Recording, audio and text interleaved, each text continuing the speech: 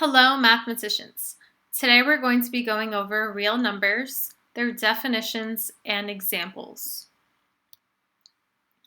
So here we have the keyword positive number. So a positive number is any number that is greater than 0. So some examples include 1, 1.5, 2, 2, and 45 hundredths. So the inequality would be x is greater than 0, because a positive number is any number that is greater than 0. 0 is not included because 0 is not positive nor is it negative. So when we represent our inequality on our number line, we're going to put an open circle on 0 because 0 is not inclusive, and then we're going to shade to the right to represent that all these numbers to the right that are greater than 0 are positive numbers.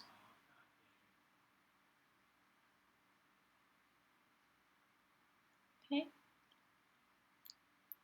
So that's how we represent our positive numbers on a number line.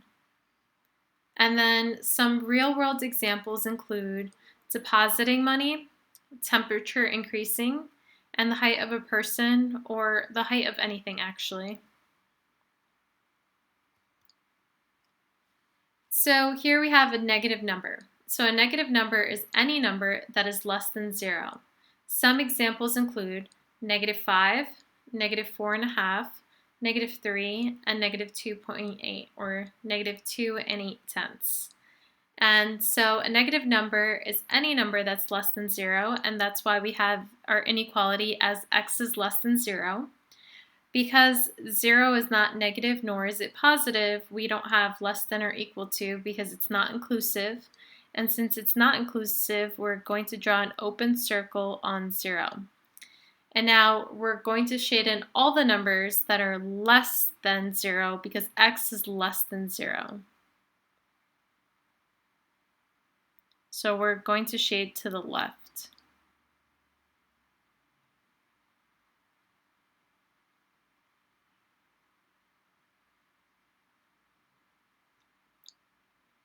So by shading this way, it means that all these numbers to the left of 0, not including 0, are negative numbers.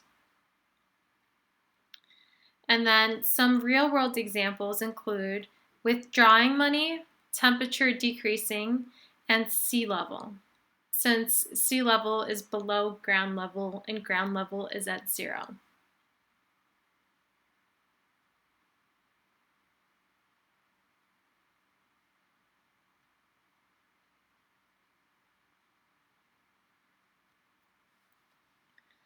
So here we have a natural number. So natural numbers are counting numbers and does not include 0.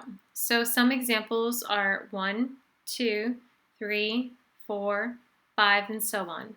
So our model is going to look a little different this time because instead of shading, we don't include all the numbers in between 0 and 1 per se. We just have 1, and we shade that in because 1 is included, 2 is included, 3 is included, 4 is included, 5 is included, and then we would have 6, 7, 8, 9, 10, and so on. So this one looks a little bit different because we're only including counting numbers, so that doesn't include all the fractions and decimals in between, and we're not including 0. So real-world examples are numbers of numbers of fingers and toes.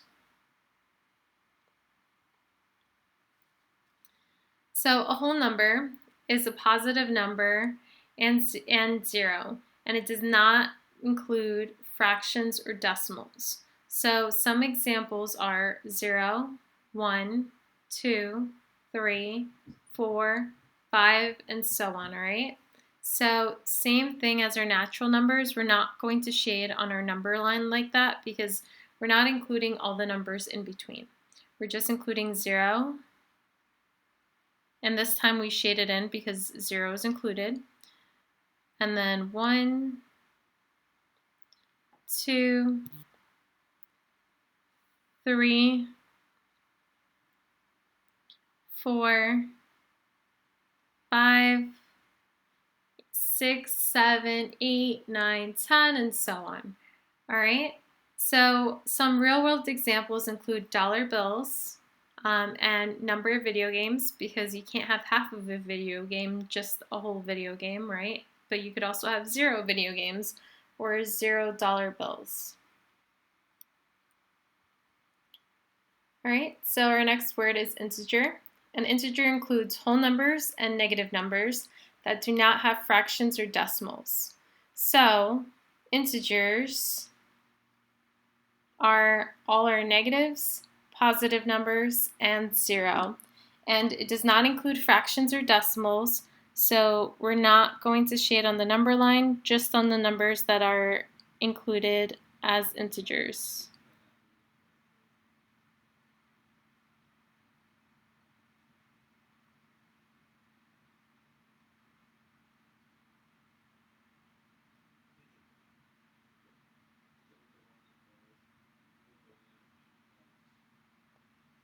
Right? And if our number line continued, then we would continue including the ones that are integers.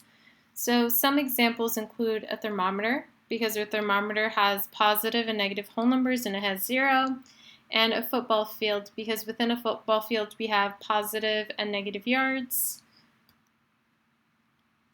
Right? So now we have a rational number. So a rational number is a number that can be represented by a fraction, a over b, where a and b are integers and b does not equal 0. So some examples include 1 1/2, 2 and 4 4500ths, the square root of 25, and the rational number could be any number on our number line. So I'm going to just shade that all in.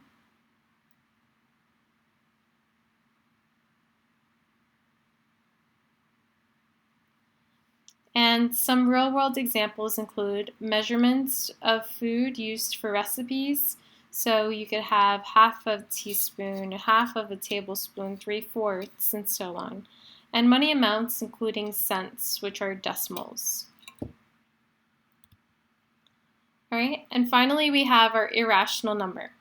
An irrational number is a number that cannot be written as a fraction, a square root that is not a perfect square, and a decimal that does not have a continuous pattern or terminates. Some examples include pi, the square root of 40, negative 10.050050005. So even though there's a pattern there, it's not the same pattern over and over again, so therefore it's not rational. And then real-world examples include that pi is the ratio of the circumference and diameter of a pizza. A square root represents the side length of a side of a square, like the side length of a square garden. And that's it.